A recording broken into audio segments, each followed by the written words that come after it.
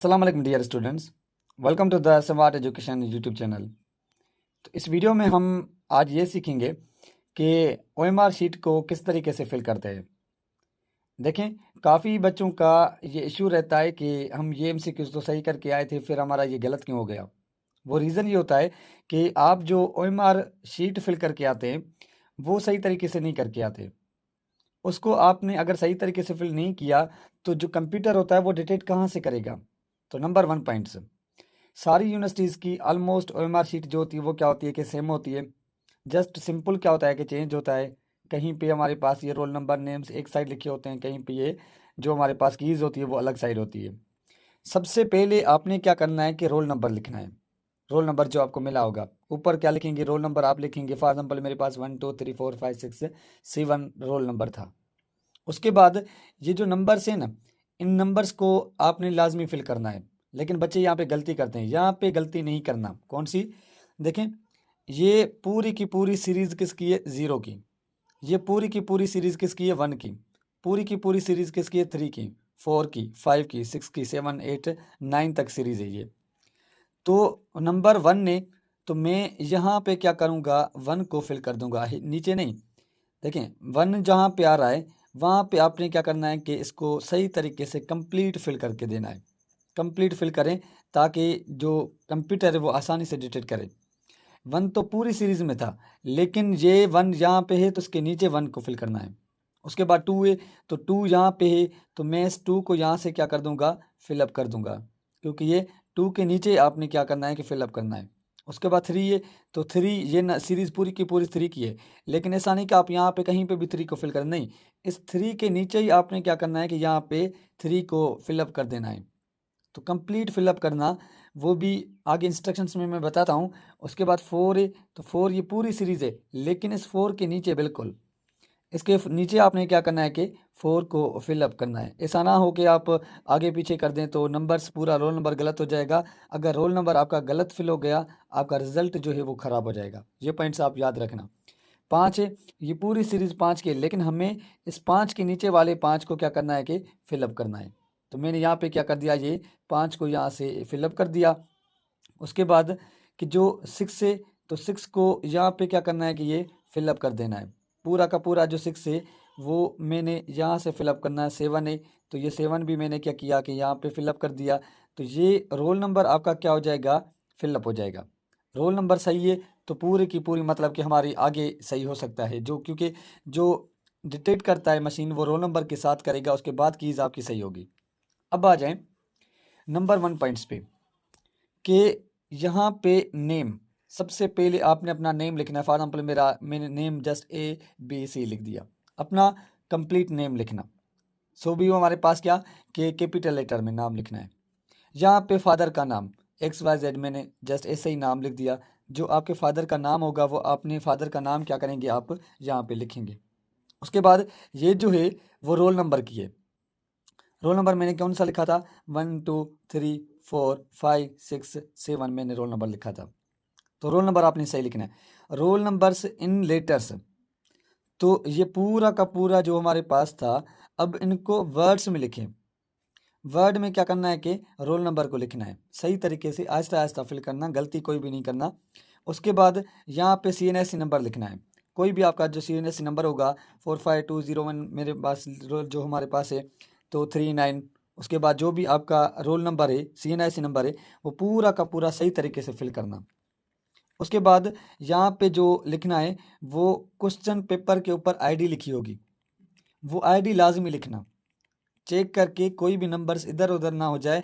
ID number question paper के ऊपर लिखा होता है, पेपर टाइप लिखा होता है, वो ID नंबर यहाँ पे क्या करना है कि आपने सही तरीके से फिलअप करना है। फॉर एग्जाम्पल मेरे पास 101 इंटू समथिंग कुछ भी लिखा होगा, तो ID नंबर लाजमी लिखना है। उसके बाद एग्जामिनेशन सेंटर, जहाँ पे आपकी टेस्ट हो रही है ना, फॉर एग्जाम्पल मेरे पास जो टेस्ट हो रही है वो शहीद बेनज़ीराबाद में हो रही है। तो यहाँ पे मैंने क्या किया कि सेंटर का नाम लिखा। जो सेंटर का नाम आपकी एडमिट कार्ड में लिखा हुआ है वही क्या करना है कि यहाँ पे लिखना है, और यहाँ पे अपनी क्या करनी है कि सिग्नेचर कर देनी है।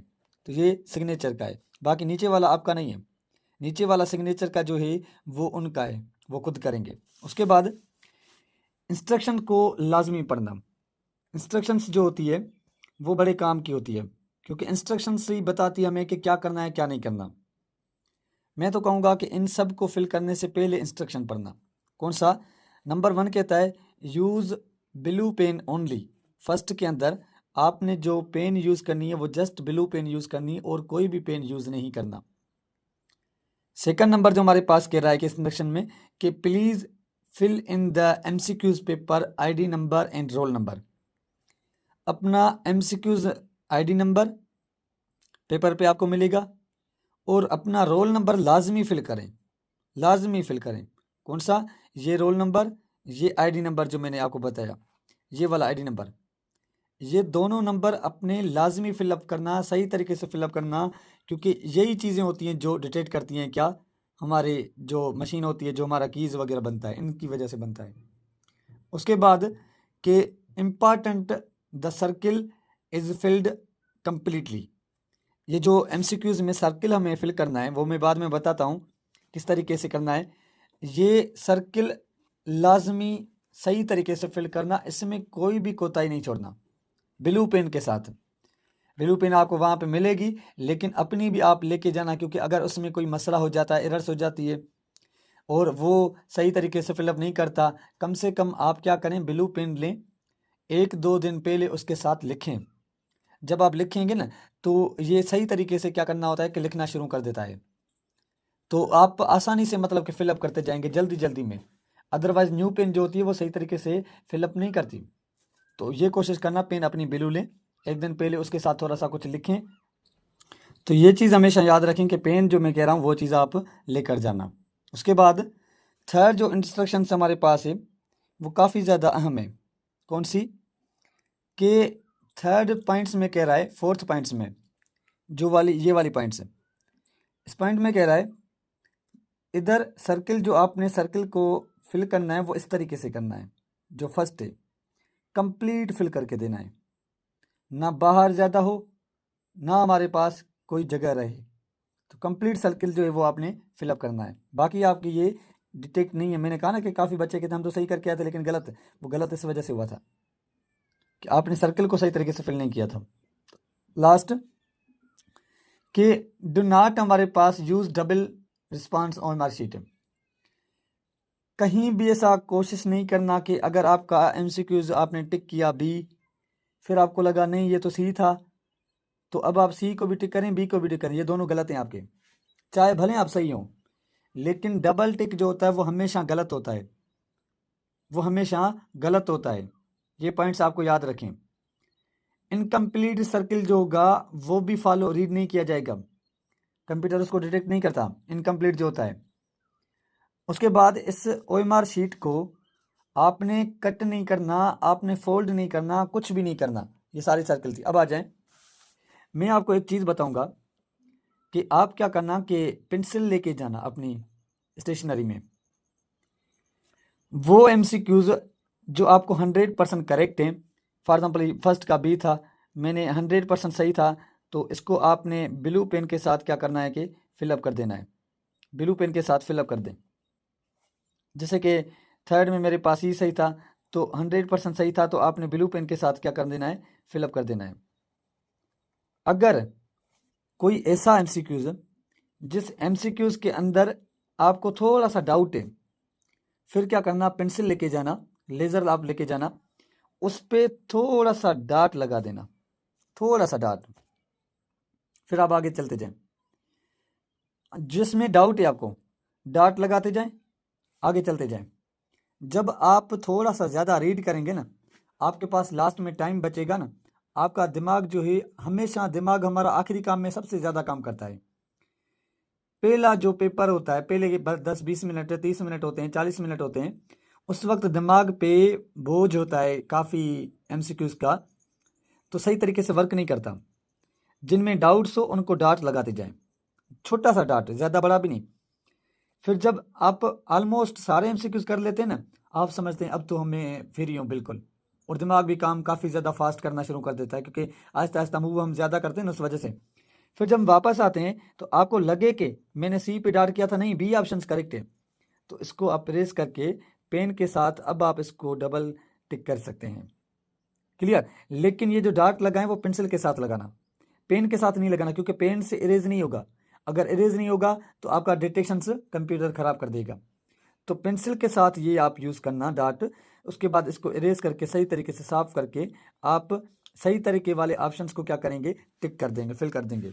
तो ये चीज़ें आप हमेशा याद रखना OMR शीट में कि कौन सा कहाँ पे करना। अच्छा, अगर आपको कोई ऐसा MCQ जिसमें 50-50% है, भले 40% हो, आपको लगे ये सही है, तो उसको टिक करके आना, क्योंकि नेगेटिव मार्क्स नहीं है अभी। पहले नेगेटिव मार्क्स होती थी तो जिसकी वजह से हमारे पास MCQs गलत होते थे। अब नेगेटिव मार्क नहीं है तो इस वजह से आपका MCQs गलत नहीं होगा। गलत मतलब कि दूसरा गलत नहीं होगा, वो गलत है तो ठीक है, लेकिन कोशिश करना 190+ MCQs को टिक करना, ताकि अभी जो मेरिट बनेगी वो मेरिट का कुछ मसला भी हो सकता है, इशू भी हो सकते हैं, काफ़ी ऊपर भी जा सकती है, पेपर टफ भी हो सकता है।